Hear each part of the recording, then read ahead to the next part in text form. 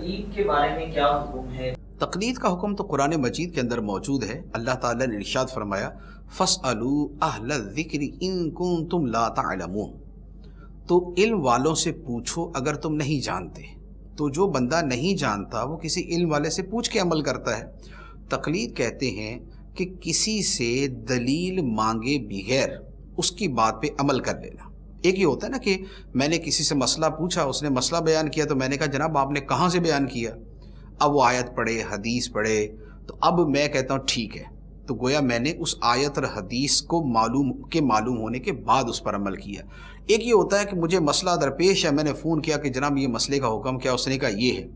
اب میں اس سے یہ نہیں پوچھ رہا کہ جناب یہ کہاں لکھا ہے اور یہ کون سی حدیث سے ثابت ہے، مجھے چونکہ اس عالم اور مفتی صاحب پر اعتماد ہے تو لہٰذا میں اس پر اعتماد کرتے ہوئے دلیل پوچھے بغیر میں اس کے فتوے پر اور اس کے مسئلے پر عمل کر لیتا ہوں۔ تو یہی حکم آیت کے اندر دیا گیا فَاسْأَلُوا أَهْلَ الذِّكْرِ إِن كُنتُمْ لَا تَعْلَمُونَ، اہل علم سے پوچھو اگر تم نہیں جانتے۔ تو اب آپ اس پر غور کر لیں کہ یہ والی تقلید کون نہیں کرتا، یہ والی تقلید کون نہیں کرتا؟ جو تقلید کو ماننے والا ہے، جو تقلید کو نہیں ماننے والا، دونوں جگہ یہی ہوتا ہے کہ سائل سوال کرتا ہے اور وہ عالم سے، مفتی سے، محدث سے کہتا ہے کہ جناب اس مسئلے کا جواب کیا ہے، وہ کہتی جی یہ جواب ہے، اس پہ عمل کر لیتے۔ ہر جگہ یہ نہیں پوچھا جاتا کہ جناب پہلے مجھے حدیث سنائیں، پہلے مجھے آیت سنائیں۔ تو لہذا جو بھی یہ کرتا ہے وہ تقلید ہی کر رہا ہے۔ تو یوں تقلید پر چلنے والے سارے ہی ہیں، مانے نہ مانے یہ جدا پرابلم ہوتا ہے، لیکن چلتے ہی ساری ہیں۔ ایک تو یہ، دوسرا یہ ہے کہ ہم جو تقلید کرتے ہیں، جیسے ہم مقلد ہیں امام اعظم ابو حنیفہ رحمۃ اللہ علیہ کے، اب ہم حنفی کہلاتے ہیں، ہمارے ساتھ 3 فقہ اور ہیں، مالکی، شافعی، حنبلی۔ تو امام مالک، امام شافعی، امام احمد بن حنبل، ان کی تقلید کی جاتی۔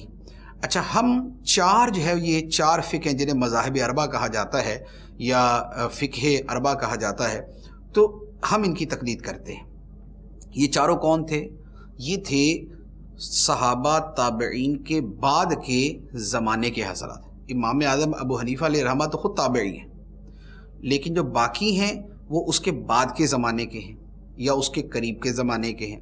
تو یہ ہیں وہ جو اسلام کا شروع کا زمانہ تھا اس زمانے کے۔ اب اگر ہم ان کی تقلید کرتے ہیں تو گویا ان ہستیوں کی تقلید کی کہ جو زمانہ رسالت کے بالکل قریب ہیں اور جو دین کو بہت اچھے طریقے سے سمجھنے والے تھے۔ اچھا، اب جو ان 4 کی تقلید نہیں کرتے، جو ان 4 حضرات کی تقلید نہیں کرتے، تو آپ یقین جانیے تقلید وہ بھی کرتے ہیں، اور کرتے ان کی ہیں، کوئی 6 صدی کا ہے، کوئی 7ویں صدی کا ہے، کوئی 8ویں صدی کا ہے، بلکہ آج کل ایک بہت بڑی تعداد ہے جو ابھی 14ویں صدی کے لوگوں کی تقلید کرتی ہے۔